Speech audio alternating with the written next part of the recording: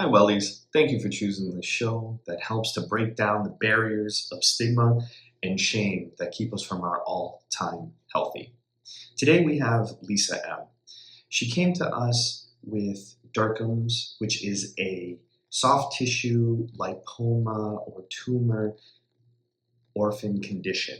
Much like the condition sounds like, it is orphan. So that means there is very limited research, but also very limited overall treatment plans.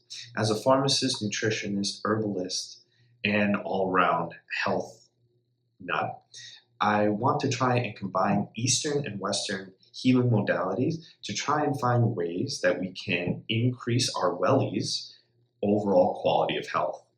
Please like and subscribe, and I really hope you enjoy the rest of the show. Thank you so much.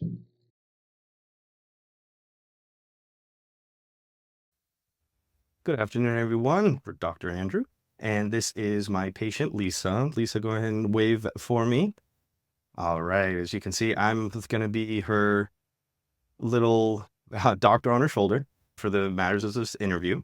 And Lisa, as we were getting ready for our interview today, she mentioned something that I thought was really important, which was, what do I expect to get out of these interviews? And realistically, I've known Lisa for a little while now, and she's always been super supportive and always been super open. And I have to say that Lisa is one of the reasons why I want to be doing these interviews. She kind of re-invoked or reinvigorated something that was lost in me, just life and stresses and all different things that can affect you. But at the end of the day, she even says it, we're all here for something. And her inspiration behind coming and speaking to me and being open with me has really helped to re-inspire me to want to do these interviews. For me, it's all about, I want to normalize health conversations. I want people to be able to go to their healthcare professionals, may it be your pharmacist or your doctor, your naturopath, or if you're just curious about different things. I want people to be able to go there and have that open and honest conversation, because you can't be helped if nobody knows what's going on. People are dealing with something and it's deep-seated, it hurts, it's embarrassing, it might be shameful, people feel guilty, but that's not the point that we're trying to make here. What we're trying to do here is make it better for everyone involved. We want people to feel open and honest, and you shouldn't be dealing with something for years or even generations, something that we can definitely speak to. So Lisa, thank you once again for coming and having a conversation with me. Thank I'm you. truly honored Thank that you are willing to help me model the behavior that I'm trying to just get out there. And it's something that I think that we've talked about a lot. We need to be open and honest with ourselves, but also with people that can help us. For today, as we know, we are going to be just having a nice little conversation. Hopefully we get some laughs. Hopefully just feel a little bit less heavy, a little less burden that we're all carrying for ourselves, because sometimes we carry things that we don't need to. And until we're able to identify them, Right. how are we ever going to get? Even coming to a pharmacist, there's a stigma with that. Yeah. And medications. And sometimes people get embarrassed of the certain kind of medicines they're getting, or they feel like a criminal or something along those lines, depending on the meds. But when I met you, I just knew there was something different about you. Well, glad you did. Yeah, and I got lucky to get to know you. I got the honor to get to know you on a different level, and I feel really lucky about that. So I'm grateful to be here and be a part of your journey and your process. Thanks, Lisa. I appreciate that. And it's always been an honor to help you. And I hope that we continue this relationship, this journey together. Absolutely. All right. I know that your main concern, something that we've been looking at, and thank you once again for filling out the intake form. I know it gets a little extensive, but I really want to make sure that we're really being very thorough. And for Dercums, I have an idea of it. Living with it is obviously a completely different situation. Yeah. So I would like you to, if you don't mind, explain to me what kind of Dercum means to you, and then I can give you what I've done. Like I was sharing with you, back in my 20s, I had endometriosis. Yeah. It was just as rare in my 20s as Dercum's is today. Right. And they didn't know what to do for me. And so there was all these experimental drugs being shot into my gut. In the end, finally, after the 7th surgery, it was a full hysterectomy. I had to sign legal documents stating that I knew they were going to be taking out important organs and that I would never bear children. I remember walking down the street, holding those papers so tight because they were about to change my life forever. And I was never going to have kids. And those are some of the things that you deal with when you have chronic illness, rare diseases, and stuff like that. I was okay for a hot minute, but then something started creeping up.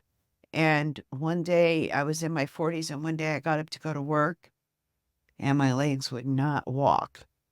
They just gave out on me. And so at first they diagnosed me with what they call the garbage can disease, which was fibromyalgia. Yeah, or what do they call it in house? It's either fibromyalgia, lupus, or some Yeah. kind of like crazy brain thing. So first off, thank you for sharing that, because that's not something that can be easily shared and be open with. And I did notice that there was a little bit of granularness in your voice there, as it should be, because we've talked about this, but it's tough. And I think that you have a very strong mother-like energy about you. And Right. yeah. But everybody's always said, oh, it's a good thing you didn't have kids because your kids would be in therapy. Whoever said that, let me know. I'm gonna slap them upside the head. There's no You wouldn't slap mom upside the head. Oh. No, but a couple of people said that. And I said to them, they may be in therapy, but they'd be successful. But then again, that's also a bit of an oxymoron, because It is. everyone should be in therapy. Everyone should I have that. am. Yeah, same here, Dr. Herbert, great guy. And I'm very lucky to have a great therapist. Yes. At the end of the day, there's a lot that you can speak to your loved ones about, but at what point is it now you're taking advantage of that? Right? Absolutely. Are you the one kind of emotionally dumping on them? And then let's be real, that's just going to add to the shame and guilt. It does. Mom, she's my in-home caretaker, Yeah. state appointed, and she does a lot for me. And as I become progressively disabled, she does more and more. And then there's more medical equipment coming into the house and more things being used for me to do what I need to do. Yeah. They're also neither cheap nor light in weight. No. Yeah. Not at all. So Dercum, I kept thinking to myself, something's wrong, something's not right. I'm getting all these weird symptoms. I started feeling these weird, it almost felt like water was being poured on my body. And I would look down and I'd brush my leg off or my arm or something. I started having very strange symptoms. And then I started feeling these hard masses in different areas of my body and stuff. And I, of course, went to Google, because if it's on Google, Google MD, baby. this time it was. They came up with the title Dercum's disease, and I thought, wow, that's weird.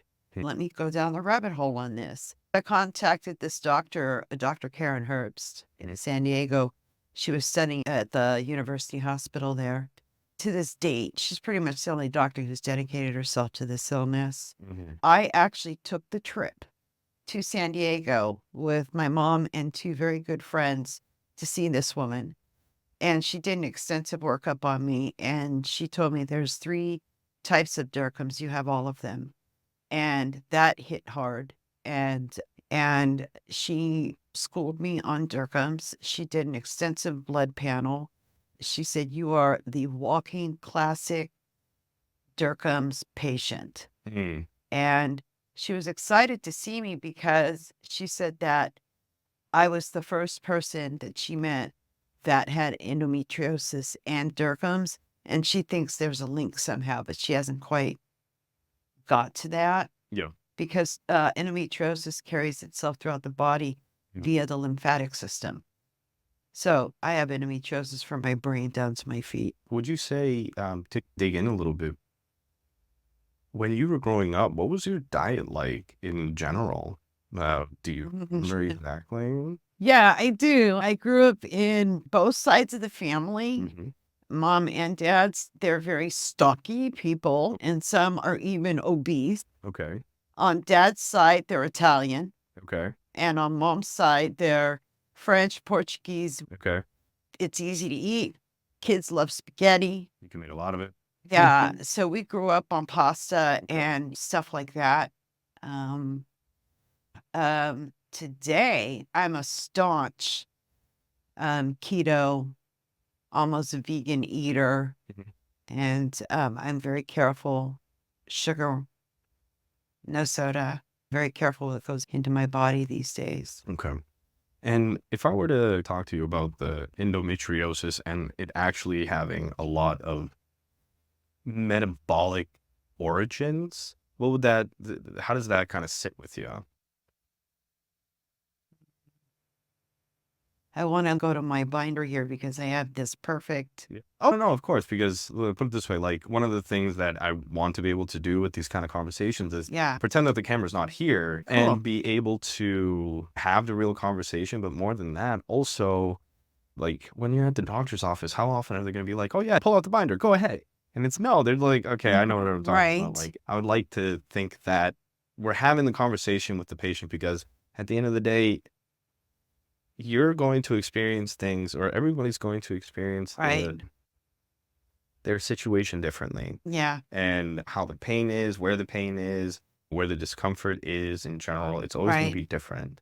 And it's true that, don't get me wrong, I love the Western modalities. We've been able to make so many advancements and be able to actually come up with almost this intellectual phase locking where we're able to be like, okay, so all these people have this situation. What is that line of demarcation down the middle that we can define something? Because once we can define it, we can then start talking about it. Once we start Right. talking about it, we can start researching. Western medicine is good to a certain degree, but I just now recently started getting into more natural type of remedies and the actual power behind them. It's really incredible. Yeah. As far as endometriosis goes, in terms of metabolic, I'm not that schooled on it as I Okay. am with Dercum's. When I was diagnosed with Dercum's, I was 140 pounds, Okay.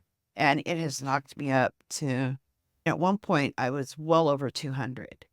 And then I was like, no, I can't I do mean, you've made this. massive progress. I don't know. Yeah. And the thing about it is they call it the fat disorder.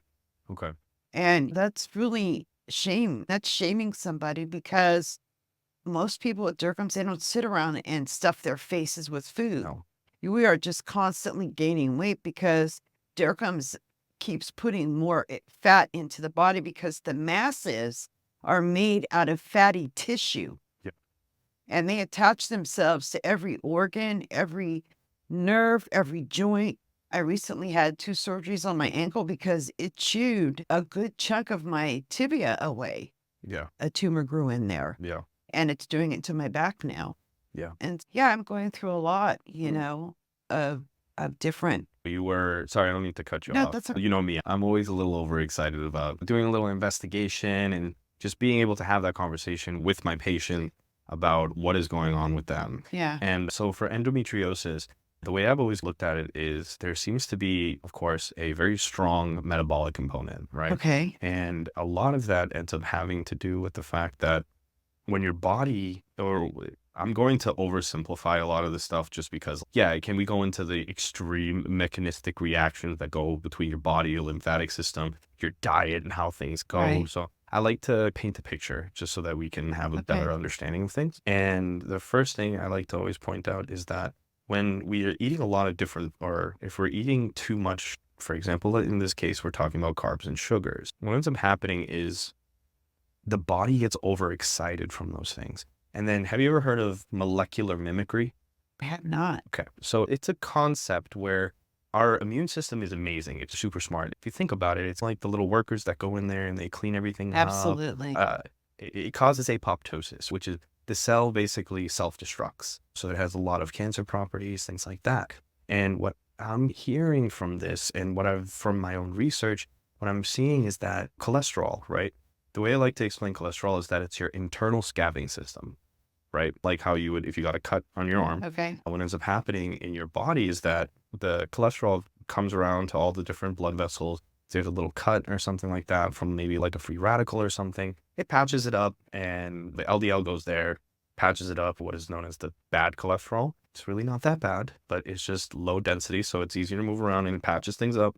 Then the HDL comes in, which is the good cholesterol, right? As we're kind of colloquially know it as.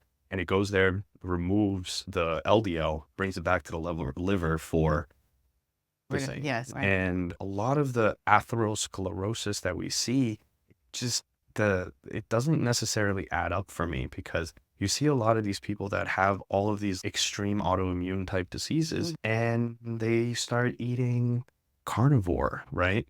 And all of a sudden cleans everything right up. And I'm like, okay, so it's either there is a like this person or these people are getting this massive benefit from something that shouldn't be, or something else isn't adding up with our general knowledge of this, right? Okay, so I totally get what you're saying. Like a few minutes ago, I'm like, yeah, I'm like borderline vegan. And then I started reading about keto. Yeah. And keto, as far as I'm concerned, you might as well call it the carnivore diet because it's all about protein. Yeah. And we are made of protein. And so I got to thinking, Well, how am I protein and going healthy. to get my protein? I have to eat meat. Yeah. So I jumped in both feet and started eating meat again. And I'm talking beef because I swore that off years ago. Mhm. And my mom, she's, you're eating beef. And I'm like, it's all about protein, baby. And so I've noticed Yeah. that my energy level's better. Yeah. I am sleeping better. I am a little more balanced Yeah. in my brain and in my emotions. Even more specifically, I can't help but assume, because I don't have Dercums myself, but my family, or at least my dad, this is another portion that I like to share. For doctors, and people that are doing consults for patients in general, I think it's important that we share a little bit about ourselves. You know? Sure. I might not be in the greatest shape as of right now, but that's my vice. As far as vices go, I just enjoy really good food. I don't eat junk. But for my dad, we actually have a thing where we get lipomas, right, in random spots of the body. So I'll even show you this one right here. You guys can, Yeah. like right here. Yeah. This one actually is, growing up, I was fixing cars. I was like 13. So I was like trying to lift like a whole axle or something like that. Yeah. And I ended up, like, when I lifted it, like I got it off the ground and everything, and something was jutting out and hit it, right? That makes sense, right? But the other thing that I've noticed is that now that, because after college, I was a type 2 diabetic at one point, and I think I shared that with you before. And you're right? not. That comes the fun part. So after college, I just really didn't want to go on the medications, just because I was looking at them, their mechanism of action, and things like that. Oh. And as a pharmacist, I was like, some of this stuff doesn't add up. Oh. And with the pharmaceutical industry, with its maintenance until worse, and then we'll prescribe you something to either deal with the side effect that you just ended up having, or you got worse, now we have to do something else to maintain you until you get worse again. And I didn't want to go down that path. At the beginning, when I first heard about this, I started following what the pharmaceutical industries and the American Heart Association, American Diabetes Association would assume would be good. And it only made me worse. Way worse. Because they're wrong. And the hard part is, how do you have that conversation where there's people making hundreds of thousands, if not millions a year, right? It's more, they make more off of us when we're sick. Yep. They make way more off of Flip it. Flip it. Yeah. Okay. I'm telling you, because the difference between your lipomas and mine is mine are now they are saying they're actually tumors. They're soft tissue, connective soft tissue tumors. Because lipomas aren't supposed to hurt. Yeah. But Right. mine do. And Yep. mine cause destruction. That's the difference between our growths. But yeah, I'm figuring that out, that everything I've been told, just flip it. Almost feels like that. And back to my point is that, so with endometriosis, especially for women, you see it a lot with things like PCOS being another huge one for women. What they found is that there's actually a ton of epithelial tissue that shows up on the inside where it shouldn't be. And the interesting thing about epithelial tissue is that it can never become insulin resistant. Yeah, so that's what's interesting. You see that a lot with cancer patients when they are in the midst of their, or whatever cancer medication or therapy that they're going through, their skin starts to fall apart a bit. And it's because, hair is another one, of course, because they're fast dividing. But on top of that, too, you see it a lot in teenagers as well. Right. because it's true, teenagers need a lot of calories, they need a lot of protein, fats, carbohydrates, and that makes sense.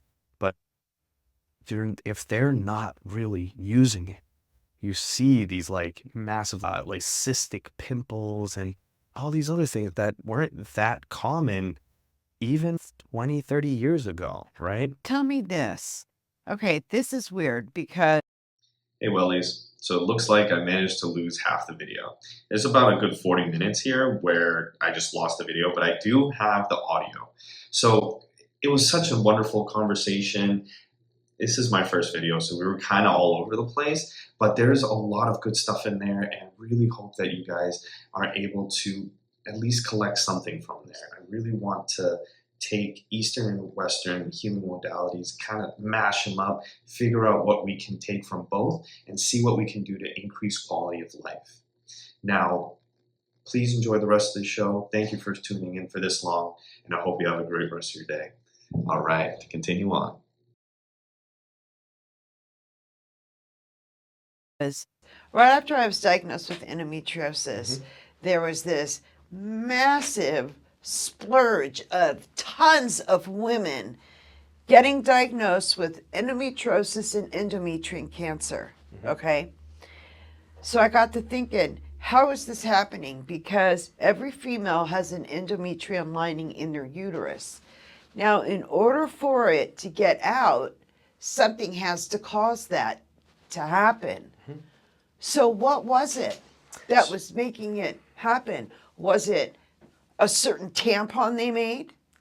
So there's a lot of different theories around it. So we're going to focus on what are the most likely causes, right? Because it is possible that maybe some devices or maybe something they birth put control, in, birth control, the kind of IUD, stuff, the IUDs. Yeah. Yeah. So what caused it? Now, mind you, I was never on an IUD. I used the pill, and I did use tampons. Yeah. What caused mine to Yeah. be that severe? Yeah. No, I get it. Thing is, what was your dairy intake as a kid?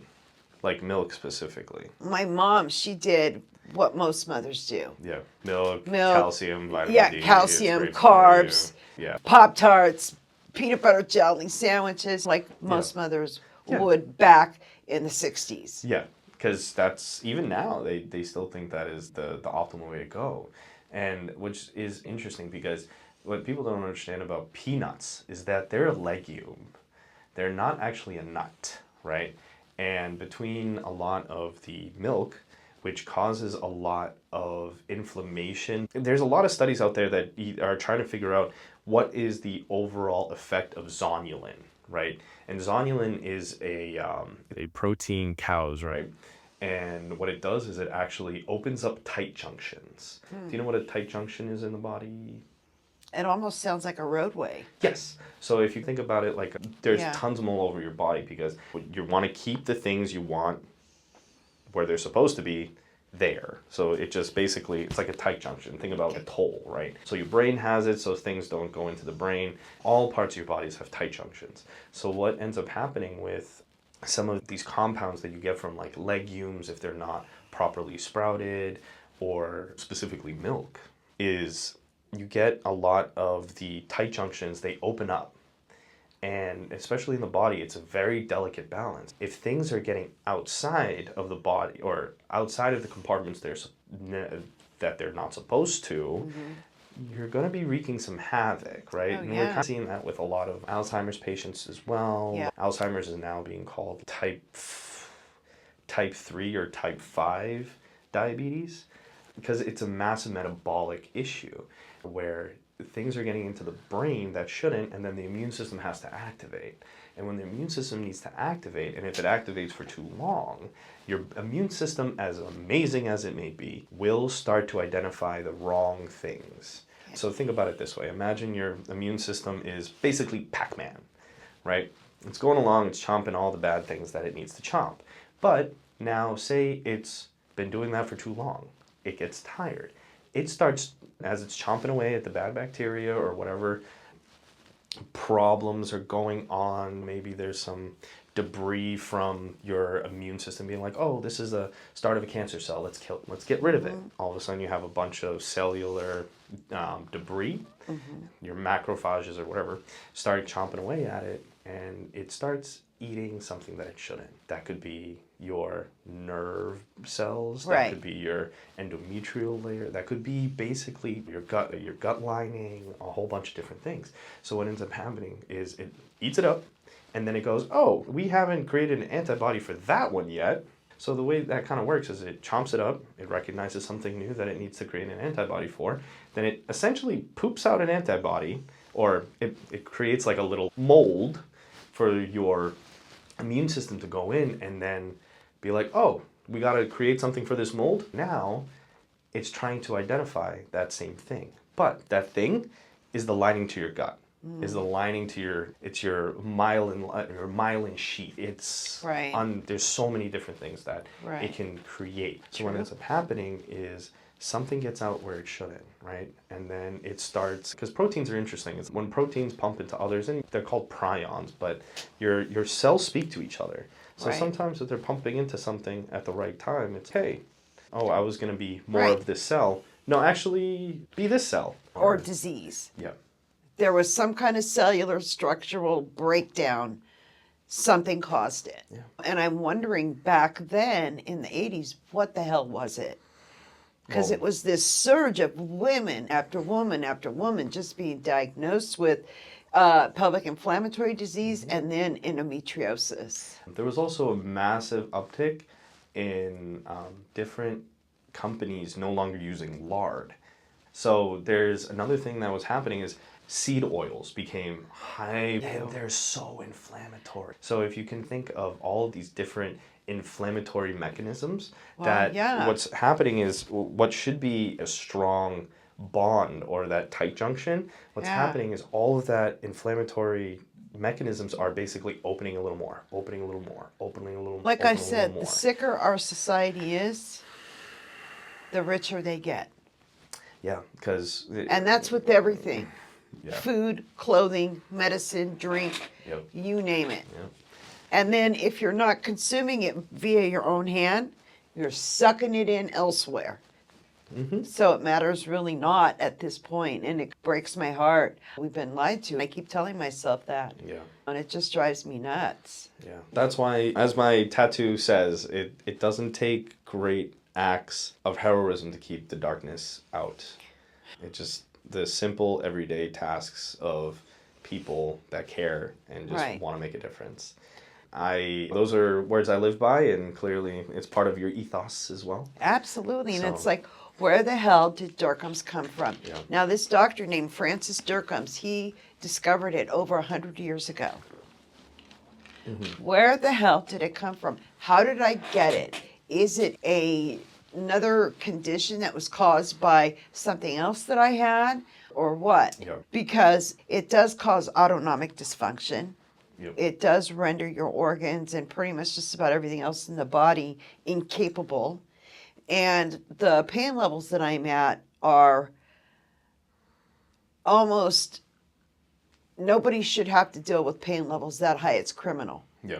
It's that bad. And I reside at a 6-7 every day, and that's normal for me now. Okay? Yeah. Now, when I start pushing 8, 9, and 10, I'm like, hey, I don't feel good. Whereas most people would be like withering on the floor or take me to the ER type of thing.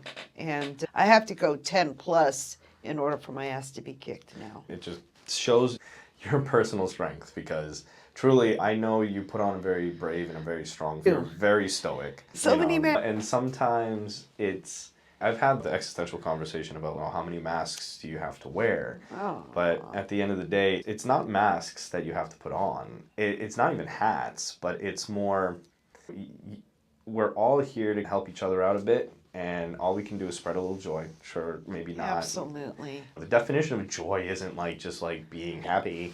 Personally, joy is actually about, there's a lot of contentment there. There's a lot of acceptance and understanding. Yeah, like I see you. Do you see the smile on my face? Yep. And I always appreciate it. I'm just like, there's my friend. And the thing about that is, I trust you. Yeah. And that is valuable. Yeah. Priceless. Yes, thank you. I always try to make sure I go above and beyond for my patients. You do. Yeah, within medical requirements. You But do. I think it's important. Getting back to Okay. it, the way I look at it, and maybe, like I said, this is a bit of a theory on my Okay. end, but it's that endometriosis is essentially something was causing an inflammatory reaction that allowed endometrial tissue to exit The vaginal wall. Yeah, exactly. Yeah. To get outside of the actual area, it should be the wall of, Right. of your uterus. And what ended up happening from there is that the system then attached and it started creating and proliferating. You can have endometriosis in the urethra, why can't I remember this word? In your, not urethra, that's where you pee. But yeah, inside the vaginal. Cervix. No, the vaginal lining. Vaginal lining. What is that the stuff? endometrial lining. Yeah, the endometrial lining is Yeah. is inside the Uterus. Thank you. We're back. Hey. Hey guys. Somehow it got out, right? And then it proliferated. And then now you're having that issue. The other interesting thing that kind of happens is with the autoimmune aspect of it, Yeah. right? So my thought process, the immune system, basically then started realizing it's in the wrong place. So it starts attacking it, right? Of course. Exactly. So Yes. say it's somewhere that it shouldn't. So what it does is it goes there, it cuts out the thing, your cholesterol system goes in there, pouches it up, but it doesn't do a good job removing it. And what ends up happening is, especially if the diet was high enough and you weren't catching it early enough where you could make and let's be real, the conversation that we would be having wouldn't be happening 30 years ago. No. You would have had to go to essentially what would be considered a witch doctor, right? Or Adkins, right? Or a The only fat thing farm. around. Exactly. And nobody would talk about this stuff. And especially Right. here in the United States where as a physician, you would almost be crucified for it. Mm-hmm. Oh, did you tell your patient that is having an autoimmune disease not to eat foods that might be inflammatory? No. Yeah, No, I never got that information. because it wasn't available, and especially Never. then, there was no internet, there was no. And you know, don't really even get it today. Yo, you don't even get it today. Exactly. No. You got to go to the hairbrained Pharmacist. Yeah, that one too. No, it's all hairbrained inside. But at the end of the day, and here's the thing, and what I've noticed, especially with the keto diet, and to an extent carnivore, is that it primes your body to remember how to process the cholesterols and the fats correctly. I So, love being in ketosis. It feels great. Oh, you I know? love it. I wouldn't say it's trippy, but it almost feels like a drug. I know. Yeah. I And- love it. I'm just like, oh, what's next? Yeah. I'm like, I want a big fat hamburger. You know, Yeah, it's like, yeah, and I'm yeah. just like, where is this coming from? Yep. And the funny thing is, there's plenty of evidence out there that shows that. One of my favorite brands right now is Heart and Soil. And Heart and Soil is the main doctor for that is a carnivore only person. And Who is that? I can't remember the name of it. Have but you it's heard of Heart Dr. and- Axe? Dr. X, yes, of course. I love that guy. Yeah, I like Dr. X. He's gotten a little commercial for me. Don't get me wrong, but then again, you have to.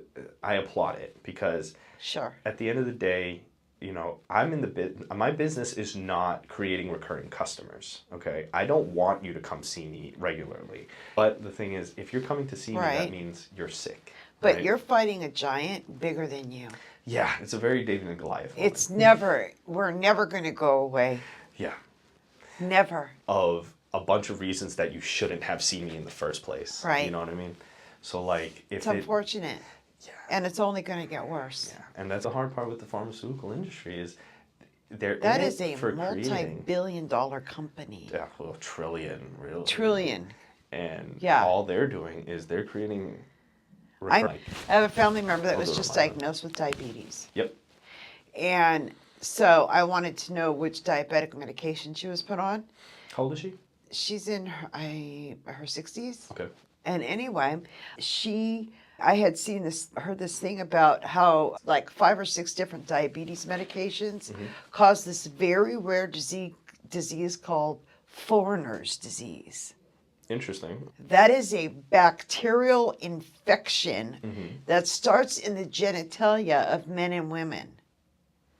If you get symptoms of a yeast infection, and you're on those diabetic medications associated to that bacterial infection, get to the hospital immediately.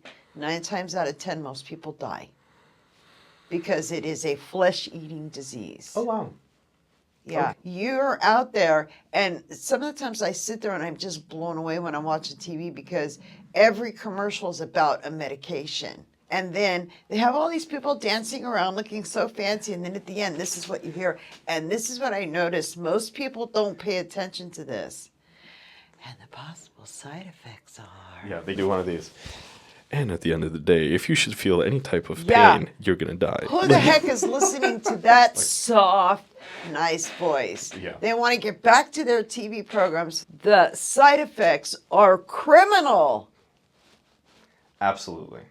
Absolutely. And the fact that we're one of only, I think it's only 2 or 3 countries on the planet that allow pharmaceutical companies to advertise blows my mind. Oh, I know. Yeah. It makes you wonder, why do they get to do that? I do understand that it's like, there's wonderful things about our pharmaceutical industry, but at the same time, it should not be in the business of creating recurring customers.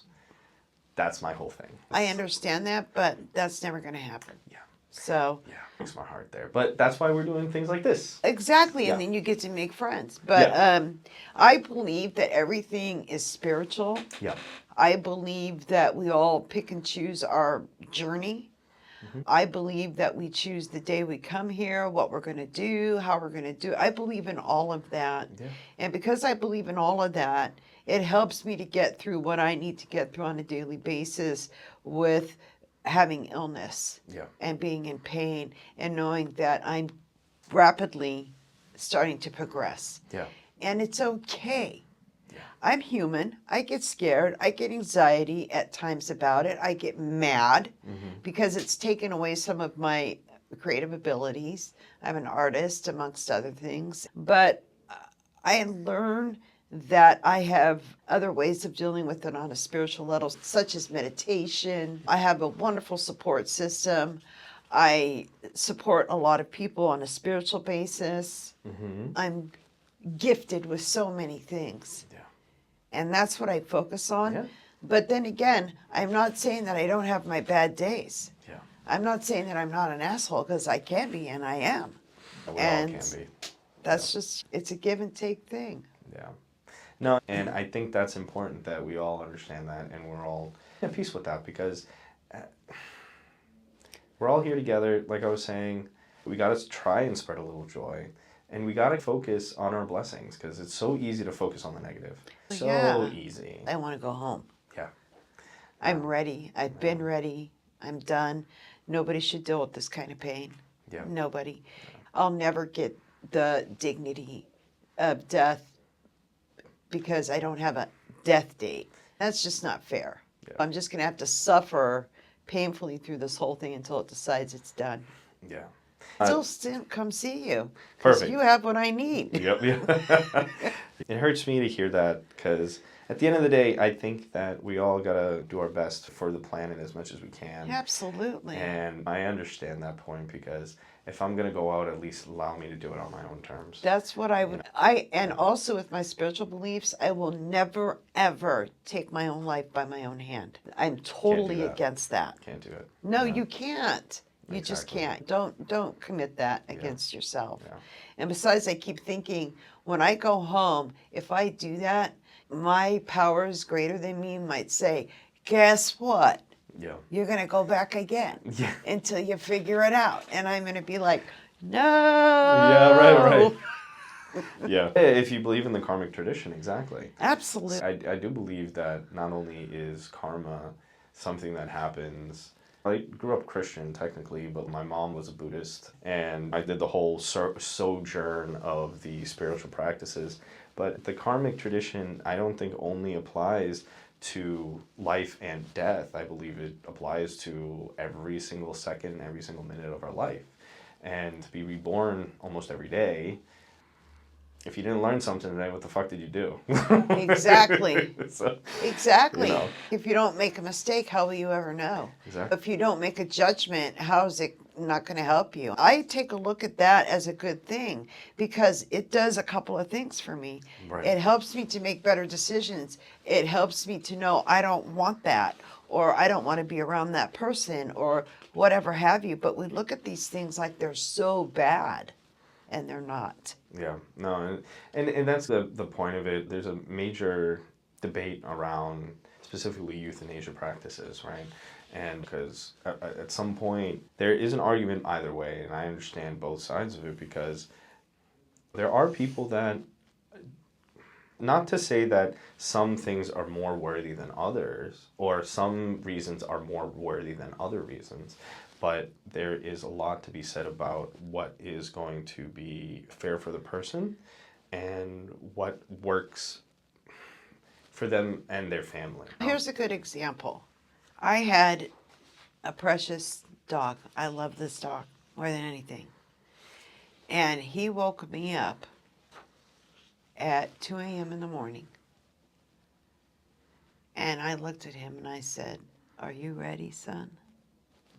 And he climbed up on my bed and into my arms. Mm-hmm.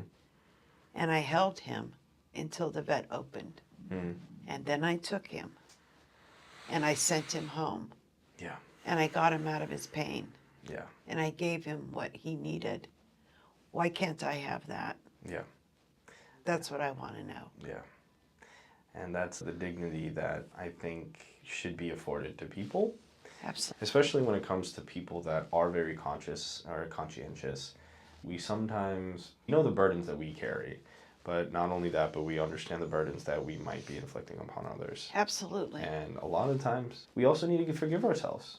Sometimes Absolutely. For not being the person that can carry all the weight. Your support system, they're wonderful people. And I know that their lives are brightened because of you.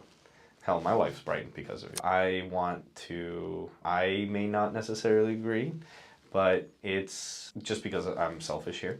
I do understand that. And thank you for sharing that. And I know it's really hard to come to grips with that because it's easy to say, "No, I'm done, throwing the towel," but you fight every day.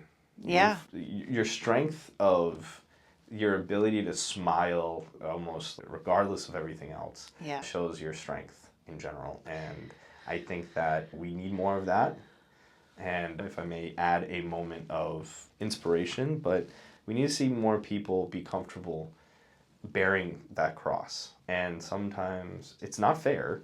It's not fair that some of us get to not carry a cross, but we're all carrying some burden or Absolutely. some shape. Everybody on this planet has a story.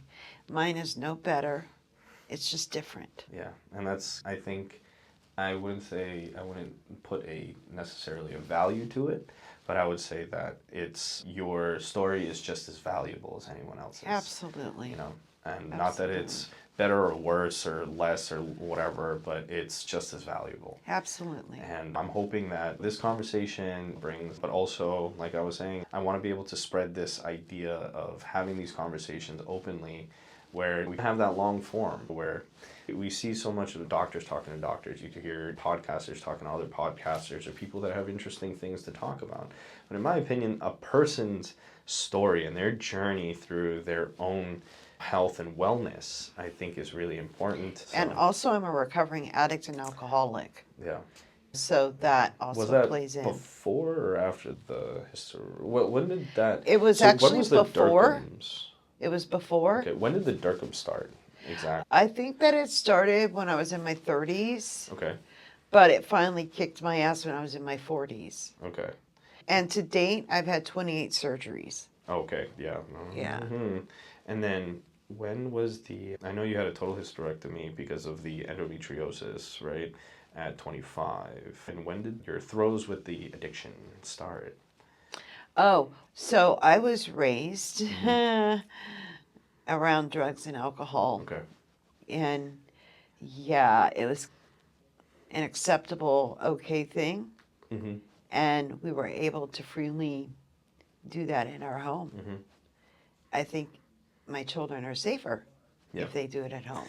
Yeah. So that's how it was. And it just got worse from there. And then I knew that I had a problem when I was sitting in jail, facing 10-year prison sentence. I was like, oh, Oh, wait a minute. maybe I have a problem. And I got lucky because as I was standing in front of the judge, he asked me if I had anything to say, and I said, Your Honor, I surrender. Plain and simple. Yeah. And he looked at me for the longest time, and he said, you know what? Today's your lucky day. I'm going to send you to a program, minimum of 2 years. Yeah. So off I went to Walden House in San Francisco. Yeah. Vegetables.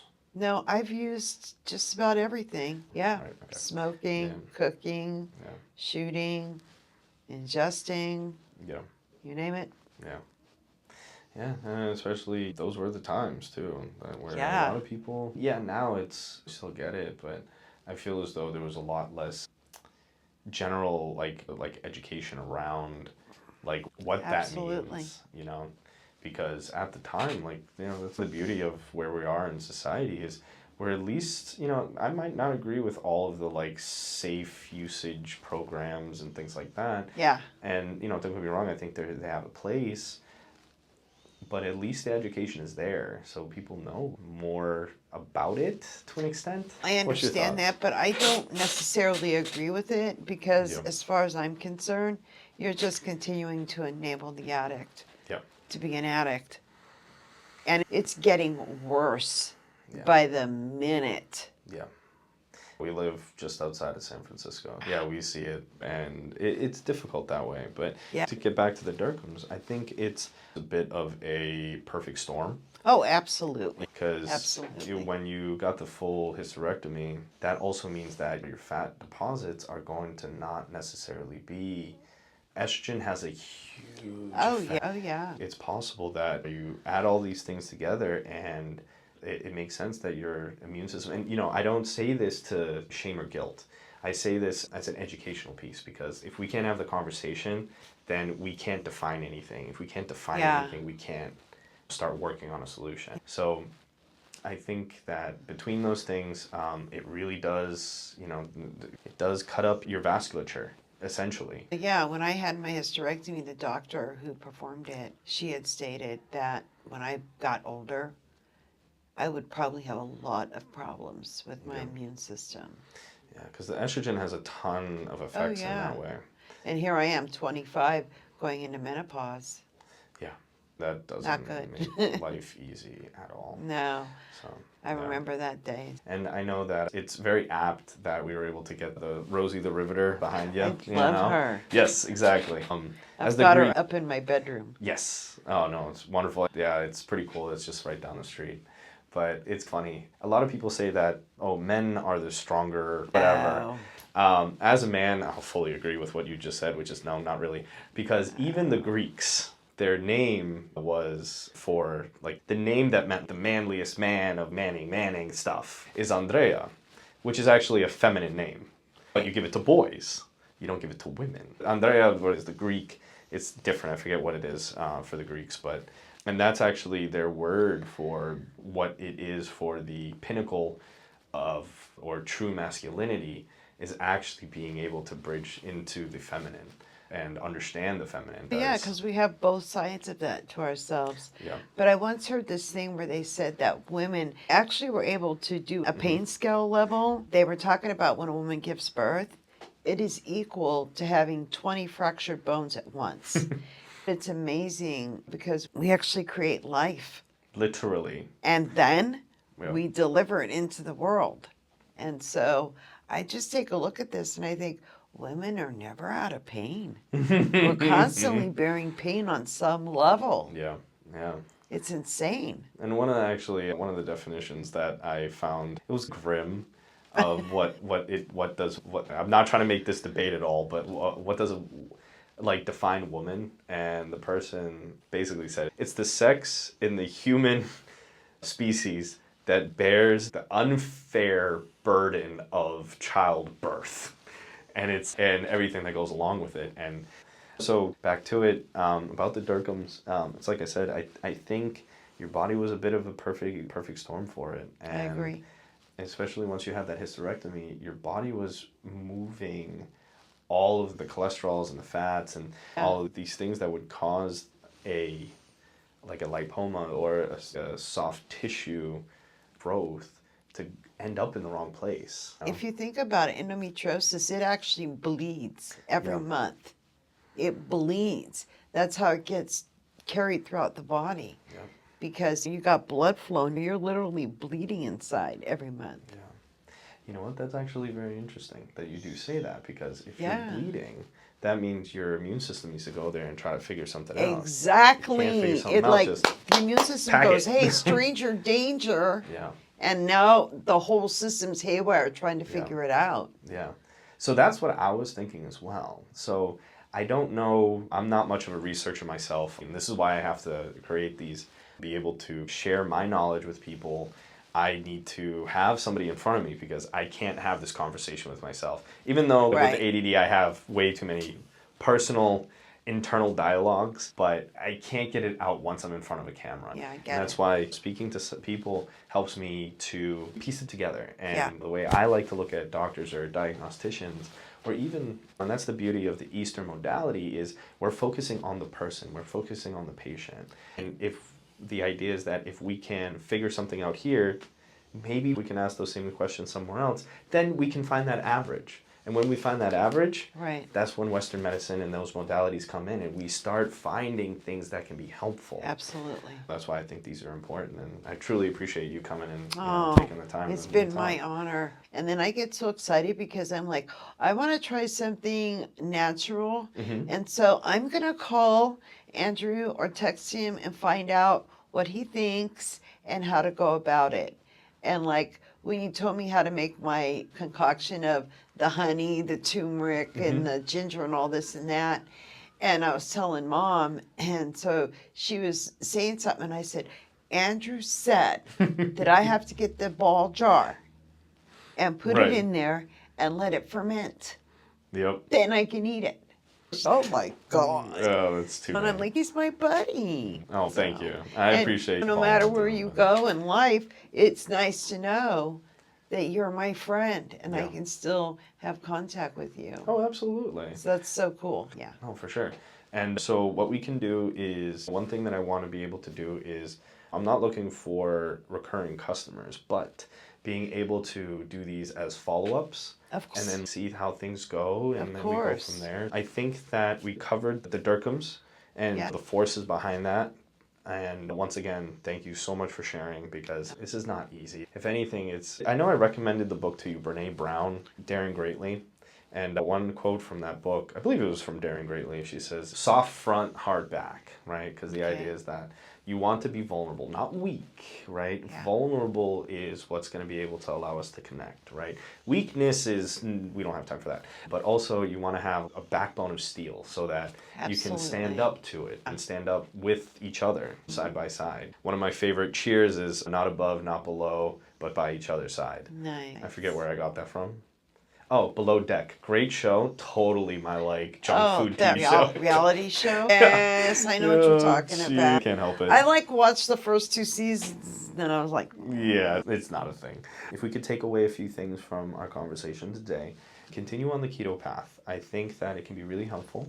Just helps your liver be able to break down those foods better. I have a gift for you. Yay! So give me 1 second. I'm gonna crawl under here. Oh, I'm so excited. I like presents. Okay. You know what a digestif and a aperitif is, right? No. Okay. In the European tradition, but you see it in Asia as well, you usually do a bitter solution of some sort. So that could be tea, like chrysanthemum teas, or ginger teas, peppermint teas. Ginger for if your stomach is feeling really cold. Yeah. Peppermint if your stomach feels really warm. We can talk about those kind of things in the future. Okay. As far as being even more specific about what are certain foods that can be really helpful. Instead of doing the whole alcohol thing, right, which is what the Europeans usually do, and that's where you see like the Jaegers, Unicum, a lot of the licorice or peppermint flavored alcohols, they actually help you digest. So here is I have a little digesties, right? I'll put it up here. People can see. Shout out to Cambridge Naturals in Massachusetts. There's no alcohol in it, is there? It uses a grain alcohol, right?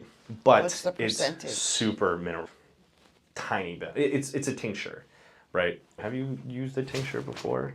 Okay. No, and I got to tell you, I'm like uber careful with anything that has alcohol in it. Okay. And if I smell it or I can taste it, I'm just like, What a kombucha. no. I've tasted it and I'm like, Okay, gotcha. So this is even, I would say like magnitudes even lower than kombucha. okay. Because I actually do this every day at work, right? And I personally don't drink anymore. How many drops? Oh, just like one dropper full. Just straight in the mouth? Oh. Like you won't be able to tell because think about it like a tea, right? And they use a minimal amount of alcohol in it, and the alcohol usually gets pulled up.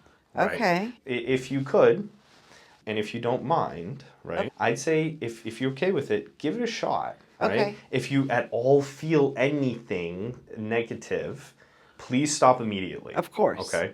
But the idea here is that these herbs that you find in this one, if you want to go ahead and just read off the ingredients list, or if you want, I can read it off. All right. So we have the gentian root, fennel seed, Oregon grapefruit, licorice root, fresh ginger root, prickly ash bark, blue flag root, peppermint spirit, and potassium bicarbonate for a preservative, if that's necessary, right? Okay.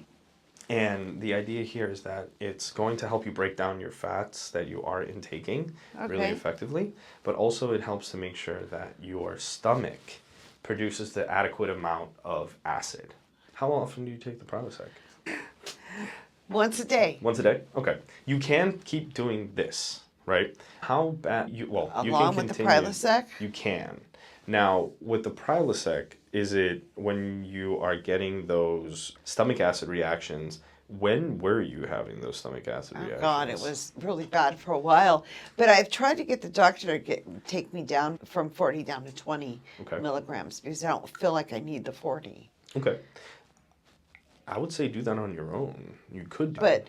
I only get the 40 milligram tabs, and I keep saying to her, give me the 20. So I keep, when I go to hit refill on my chart, I keep saying, could you please prescribe me the 20 milligram?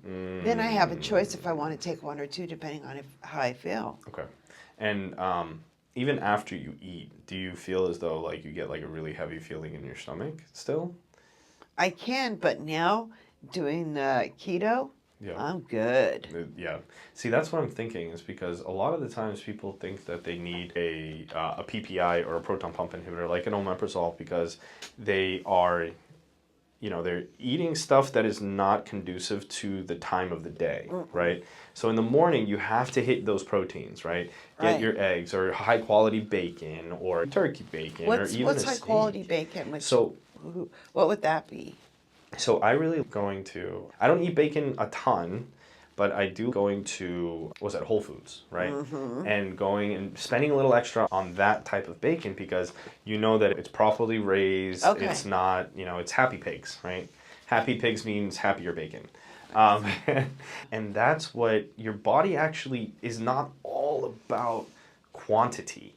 There's, especially once you start going down this route of its quality of nutrition. Absolutely. So when you're able to hit those nutritional points, your body actually says, oh no, I'm good. You don't got to keep bombarding me with food. Exactly. Because I'm full, I'm satisfied. Exactly. And satiation is not something that we focus on, right? Well, that's how I feel now. I just feel so happy and satisfied. Yeah. I'm like, thank you, keto. Email to some resources, but also some things to look at. Okay. But if we're going to talk about keto for you, I would say continue what you're doing because it seems to be doing well for you, especially your energy and everything.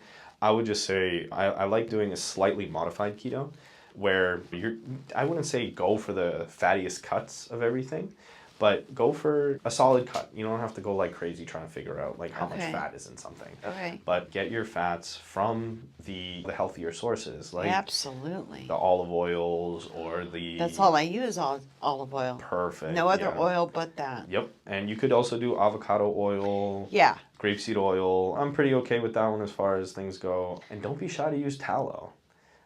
I know, I want to get that. On Amazon, you can actually buy a tub of Wagyu tallow. Do they sell that like at Whole Foods or something? I think they do. Okay, because Yeah. I'd rather pick it up from the store Yep. than to order it through the mail. Yeah, no, I understand that. And then with each after your meal, doing a dropper full of this Okay. goes a long way in helping to just make you feel like that, because the fats and the proteins, they're great and they can be a little heavy, right? This helps to balance that all out. Okay. And I would say maybe start with, you don't have to do the whole dropper full, but the way I like to explain like tinctures and stuff is like a really concentrated tea. So instead of having to drink like a whole thing, you can do a few drops Could I of this. put that in my tea? Yeah, totally. great. Yeah, you could drop it into water even. Oh, And just sweet. make it easier. Yeah. Thank you. Of course. Yes. I literally traveled to Massachusetts to grab that because No. I can't find it anywhere else. Get it online. Online. They sell it only in their stores. I did find the third-party manufacturer that they use in order to make that. So you right? actually take a trip there just to get their stuff. Yeah. I'm originally from Massachusetts, so it's not... Oh. Yeah, so I visit and... You have family there? Yeah, so my mom will pick it up and I'll have it when I get home. Okay. And I just pack it away home. How People get- wild, and you're here in California. Yeah. So am I that specific about my products? Yes. Okay. And I really do think that it's definitely the best tasting out of all of them, but also it has that nice blend where even if you start to feel, when you're like feeling a little indigestion, what a lot of people think is too much acid is actually not enough acid. Oh. So a lot of the issue that comes when you have that GERD is actually your stomach is trying to make enough acid. So the idea is that it starts from the bottom and brings it up, right, Okay. in the acid. But the problem is now you have a bunch of food, especially if you're eating a lot of carbs, it sits on the top, it floats. Oh, yeah. So what your stomach does is, oh, we got to do something about this. So it starts showering down the acid, and then it starts splashing up against your lower esophageal Right. sphincter, and now you're having all these issues. Right. But in reality, what we should be doing is eating or taking something like an aperitif digestif or a digestive tincture All right. to help with them. But like I said, start small, see how things go, because with kombucha, I agree. Sometimes I'll drink a kombucha and I'm like, Yeah. I felt something there, maybe for a second, but I felt something. I'm not doing it. Yeah, and I'm not here to try to feel What's something. the taste? Think peppermint. Okay. Peppermint and orange peel. In the future, I want to know your story of how you got here. Okay. Okay. From the health stuff or to California in general? Yeah, California. Okay. Yeah, we can do a thing. I wanna know Yeah, no, how I'm that happy to happened. share. Because I'm a bit of an oversharer, so I want people to also All right, be sweetie. comfortable to do the same. And then as far as, let's see, so we covered the Dercums. I think we figure out what it may have been. And I know you have a surgery coming up, right? Yeah, the back surgery is being canceled. I think between surgery 1 and 2 on the ankle, it activated some Dercum's masses, and they had to be removed because the foot is not healing. And I am having a hard time walking on it. It's very painful. Yeah, okay. So they have to come out. My foot cannot support the recovery of that type of back surgery right now. And I'd be interested to see if, I'm not saying that you go carnivore, okay? I should though. It might be worth it to try. I know. Okay, and there's time. I know exactly. Oh, this tiny little woman, she says, this is what I eat in a day. And it's all carnivore. And then she just bites into a stick of butter. And I'm like, Okay, that's a little wacky. I'm not recommending any of that, or even suggesting it for that matter. But I would Right. say maybe try. Right, there was a interesting little life hack I came across, and I'll share what I do with YouTube and Instagram is whenever I come across some great information, because that's all my feed is for the most part, is just like health tips, hacks, different ways of getting to the health that we want. And so, do you have an air fryer at home? I do. There is an interesting hack where you take the New York strip, frozen, probably throw some tinfoil at the bottom of this, but what you can do is, I forget, they didn't mention this part, but it was salt. It's salt both sides, right? Or I tried one of two ways. Throw it in there for 8 minutes on either side and salt. Then once you're done with 8 minutes on either side, then you're going to do 1 minute on each side after that, but you do like your salt and pepper, flip it to the other side, Wow. salt and pepper. And from frozen, apparently, with the air fryer, if you let it come too much to room temperature, Yeah. the inside overcooks, right? And then, but if you do it from frozen, the outside gets like a nice crust on it, but the inside finally cooks correctly. And this is from an avid carnivore person. Okay. Her name was Michaela Peterson, Jordan Peterson's daughter. And, okay. you know, some people might have a thing about, oh, controversial person, but if they got something right, I'll stick to that. How would I find you on? Okay, at the @ sign. Yep. And then healthy with 2 E's. E. Yep. HEALEE. Yep. Okay. Yeah. And what about Facebook? Should be all the same. Okay, cool. I was able to lock all of those down. Oh, cool. I'll share you my playlists so you can, they're good inspirational stuff, but also some really great recipes and all that other stuff on there as well. That way you can take what you want from it, and then, Cool. of course, if you have any questions, just reach out. But Yeah, I'll check your recipes out. yeah, and then you can do the, what is that thing called? The modified carnivore, which is more, it's what they call it, like the bear diet. I don't know. But you can add berries, sweet potatoes, certain like high fiber, lower carb stuff. I'm not going to give up my vegetables. Yeah. I drink a raw vegetable drink every day. Okay. I'm not giving that up. What is in the vegetable drink? Spinach, Okay. celery, Okay. and sometimes I might add apple, raw berries. Okay. And you're putting back some of the fiber, right? From the juice? Or is you just throw it in I'm the blender? keeping all the pulp. Okay, perfect. Okay. Freaking love the pulp. That's my favorite part. Excellent. Now with the spinach, how are you preparing that? You told me that I had to blanch it a bit to get the proper vitamins out of it. Yeah. I'll admit it. I microwave it for a hot second. It works. Yeah. We're gonna Then figure something out. I'm doing a raw cranberry for juice. Yeah, urinary health. Yeah, that. And also it's actually, this is it, ladies. It's fabulous for the vagina. Beautiful. pH balance and all. Yes, yes. Trust me. Yeah. And another quick plug is, what is that? Honey Pot. Honey Pot is a great soap to help. Yeah. Like the heard external of that. portions of it, but also as far as a pH balance for the female part of the vagina, which is wonderful. Thank Absolutely. you, sweetheart. So I guess we will call that the end of the day. Very quickly, before we leave, I want to start a tradition of what words of wisdom would you give to my next guest? We're going to end all of our sessions with 2 questions. What words of wisdom would you give to your next guest? This is something that I live by every single day. And I'm the kind of person that I walk my talk. To thine own self be true. Mm-hmm.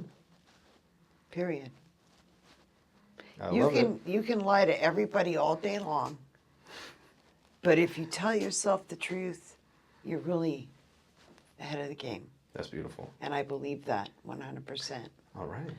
And the second question is, what question, you don't know who the next guest is, right? It may even be yourself. But what question would you ask them? It could be literally anything. I would want to know what their home life is like, because I think it's really important who and what we live with, because it affects our energy levels. Yeah, that's important. I love it. I think that sums it all up. Lisa, thank you. This is the Thank first you. of Thank hopefully you. many podcasts Yay. going forward.